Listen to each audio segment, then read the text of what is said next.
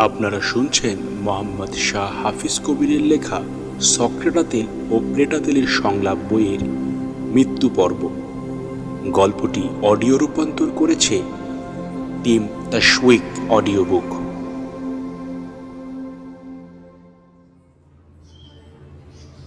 সক্রেটাতেল অনেকক্ষণ ধরেই একা বসে আছে। প্লেটাতেলের দেখা নেই।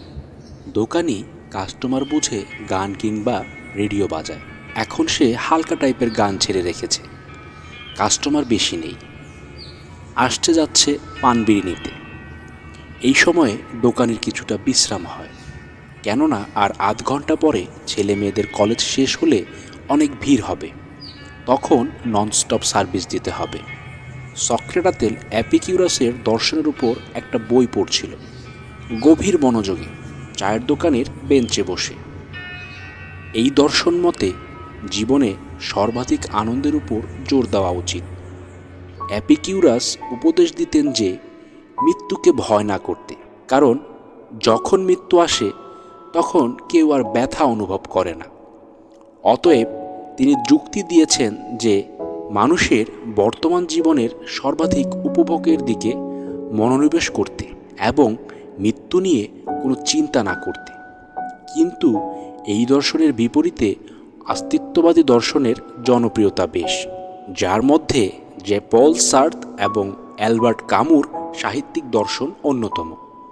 তারা তাদের সাহিত্যে তা বেশ চমৎকারভাবে উপস্থাপন করেছেন, যাতে মানুষের অস্তিত্ব রক্ষায় তাদের নিজেদের অবদান প্রাধান্য পেয়েছে।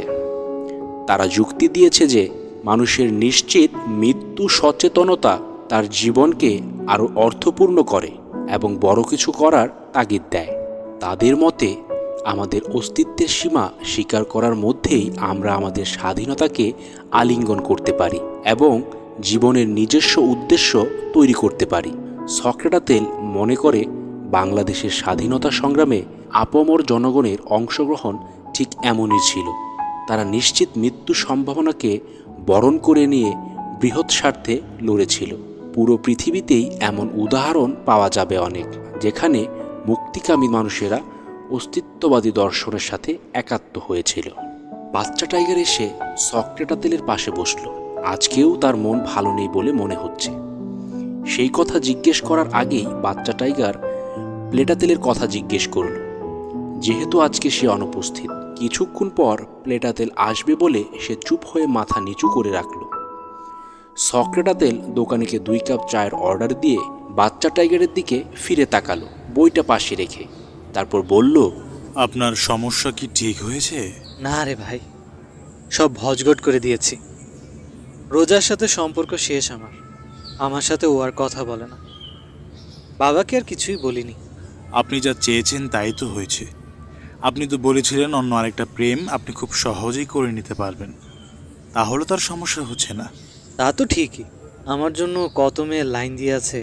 কথাটা বলেই সে কেমন যেন অন্যমনস্ক হয়ে গেল।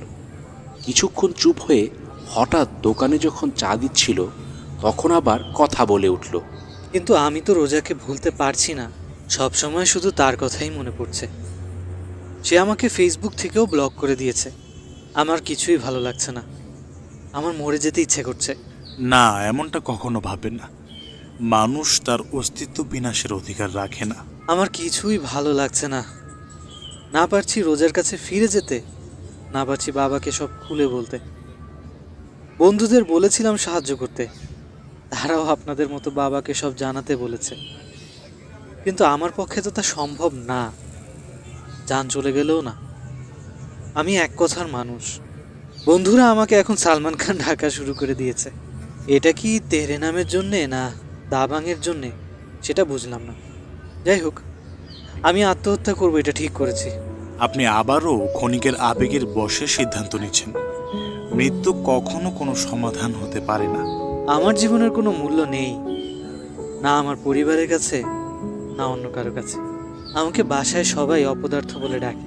এটা ভাবার কোনো কারণ নেই যে এই সুন্দর পৃথিবীতে আপনার জায়গা নেই, কিংবা আপনার পরিবারের সদস্যরা তাদের মাঝে আপনাকে চায় না। সাময়িক চিন্তার উপর সিদ্ধান্তে পৌঁছাবেন না। আপনার পরিবারের প্রতিটি সদস্য অবশ্যই আপনার খেয়াল রাখে। যদিও আপনি তাদের প্রত্যাশা পূরণ করছেন না হয়তো, অন্যদিকে সরকার আপনার জন্য বিভিন্নভাবে ব্যয় করছে। তাই মরণের চিন্তা আপনার করা একেবারেই উচিত না। আপনি বরং আপনার আশেপাশের মানুষের ভালোর জন্য কাজ করেন। আপনার জীবনটা সুন্দর হয়ে উঠবে। আমার আম্মা সারাক্ষণ আমার সাথে ঘ্যান ঘ্যান করে। আমাকে উনি একেবারেই পছন্দ করেন না। শুনেন, আপনার আম্মা আব্বা সবাই আপনাকে ভালোবাসে, কিন্তু এখানে একটা ব্যাপার আছে। আপনি বিভিন্নভাবে তাদের হয়তো আশাহত করেছেন, ফলে তারা প্রথম প্রথম আপনাকে বোঝানোর চেষ্টা করেছে, কিন্তু আপনি সে অনুযায়ী চলেননি। অতঃপর বারংবার আপনি তাদের আশাহত করেছেন এবং তারা আপনার সাথে খারাপ আচরণ করতে শুরু করেছে। তারা যখন খারাপ আচরণ করেছে, আপনি প্রত্যুত্তরে আরও বেশি খারাপ আচরণ করেছেন তাদের সাথে। এক সময় আপনারা দুই পক্ষই ক্রমাগত খারাপ সম্পর্কের দিকে এগিয়ে গিয়েছেন। এখন আপনার মনে হচ্ছে আব্বা আম্মা আপনার সুখের বিপক্ষে অবস্থান নিয়েছে। সত্যি বলতে, ঘটনার সূত্রপাত যে ঝগড়া আপনার আব্বা এবং তার প্রতিবেশীর সাথে, আপনি ঘটনার সম্ভাব্য পরিণতির কথা চিন্তা না করেই তার আদেশ পালনে মরিয়া হয়ে গিয়েছিলেন। আপনার এবং আপনার বাবার মধ্যে সম্পর্ক খারাপ হলেও আপনি সবসময় চান তাকে যে কোনো কিছুর মাধ্যমে খুশি করতে। হ্যাঁ, আব্বাকে অবশ্যই খুশি করাতে চাই। আপনি জানেন লায়ন ভাইকে ম্যানেজ করতে আমাকে কত প্যারা নিতে হচ্ছে। কিন্তু আপনার সাথে আপনার আব্বার সম্পর্ক ভালো হলে এত ঝুঁকি আপনাকে পোহাতেই হতো না। আপনার আব্বাকে খুশি করার তাড়নাও থাকতো না। আজকে রোজাকেও হারাতে হতো না। এখনো সময় আছে। আপনি আপনার আব্বাকে সব খুলে বলে ঠিক করে নিতে পারেন। এতে দরকার সামান্য আত্মগরিমা মুছে ফেলা এবং ভবিষ্যতে নিজেকে আরও সংযত করা। কেননা আপনি আজকে ভালো ব্যবহার করলেন, কিন্তু ভবিষ্যতে আবারও পুরনো অভ্যাসে ফিরে গেলে কাছের মানুষও আর আপনাকে বিশ্বাস করবে না। বাচ্চা টাইগার চুপ হয়ে ভাবতে লাগলো। এই সময় প্লেটাতেল আসলো সেখানে এবং দুজনের দিকে তাকালো পরিস্থিতি বোঝার জন্য। সবাই চুপ থাকায় তার মনে হচ্ছিল বাচ্চা টাইগার ও সক্রেটাতেলের মধ্যে হয়তো কোনো বাকবিতণ্ডা হয়েছে। সক্রেটাতেল তাই তাড়াতাড়ি প্লেটাতেলকে বোঝালো যে একটা বিষয় নিয়ে তারা কথা বলছে। তারপর প্লেটাতেল বলল, আমার এক বন্ধু খুবই অসুস্থ, তাকে দেখে আসলাম। সে বলতে গেলে মৃত্যু পথযাত্রী, কিন্তু এখনও সে তার প্রতিষ্ঠিত লাইব্রেরি নিয়ে স্বপ্ন দেখে। সেখানে ভবিষ্যতে কি কি সার্ভিস চালু করবে, কিংবা বাচ্চাদের আরও বেশি সময় পড়ায় মনোযোগ দেওয়ার জন্য আরও চমৎকার চমৎকার কী ধরনের বই আনবে তার তালিকা তৈরি করছে। উনি তো মনে হচ্ছে আপনাদের মতোই আতেল। এক পা কবরে আর উনি দেখে স্বপ্ন। উনি কি সময় পাবে এসব করার? আপনি কিছুক্ষণ আগে নিজের মৃত্যুর কথা ভাবছিলেন, এখন মৃত্যু পথযাত্রী এমন স্বপ্নদোষটাকে নিয়ে উপহাস করছেন। কিন্তু একটু ভেবে দেখুন, এই মানুষটা নিজের জীবন খুব সীমিত জেনেও নিজের শেষটুকু দিয়ে তার স্বপ্ন পূরণের চেষ্টা করছে। আপনার নিজের জীবনও তো সীমিত। অবশ্য নির্ধারিত সময়ের আগেই আপনি যদি কোনো ভুল সিদ্ধান্ত নিয়ে না নেন আর কি। আপনার উচিত এই নির্ধারিত সময়ে সব কাজ করা।